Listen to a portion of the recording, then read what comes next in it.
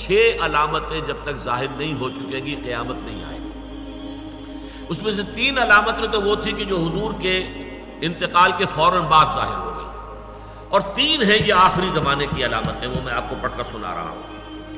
ثم استفادت المال حتى يعطى الرجل 100 دینار فيصل ساخطا، اتنا مال ہو جائے گا عرب میں، اتنا، ظاہر بات ہے یہ عرب سے مراد وہی ہے عرب جزیرہ نما عرب، اس میں آپ کی امارات بھی آ جاتی ہے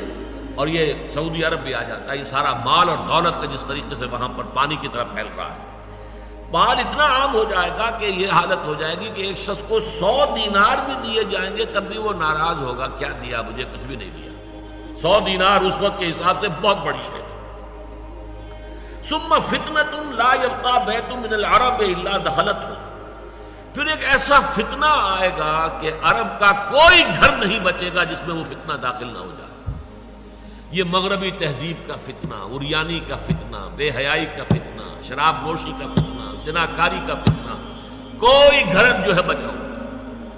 گھر گھر میں جو ہے، میں نے تو خود دیکھی ہیں جا کر، گھر گھر میں وہ وہاں پر جو ہے وہ شراب خانے موجود ہیں، گھر گھر کے اندر، باہر ہے اپنی جگہ پر ہے چھپا ہوا،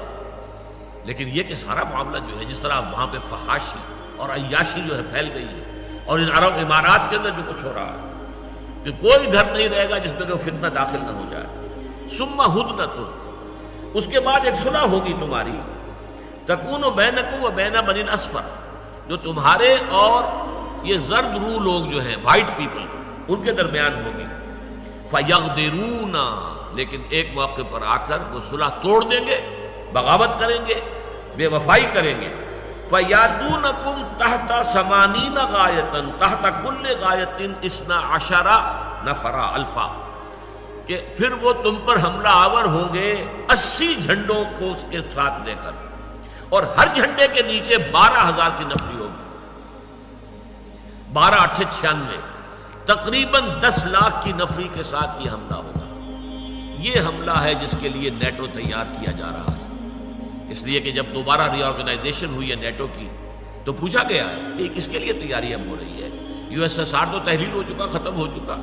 تمہارے قدموں میں گرا ہوا، تمہارا دیا ہوا کھا رہا ہے اب، لہذا اس کے اندر تو کوئی ضرورت نہیں ہے کہ وہ تمہارے مقابلے میں کھڑا ہو، اب کس کے لیے؟ انہوں نے صاف کہا کہ ہمیں مسلم فنڈامنٹلزم کا خطرہ ہے۔ کسی بھی وقت یہ جو بھی اس وقت ہو رہا ہے اسرائیل میں اور فلسطینیوں کے مابین، اگر یہ آگ بھڑک اٹھی، کبھی اگر قبۃ الصخرہ گرا دیا گیا، مسجد اقصی گرا دی گئی، پھر جو ہوگا طوفان جو آئے گا اس سے پھر ایک بہت عظیم جنگ کا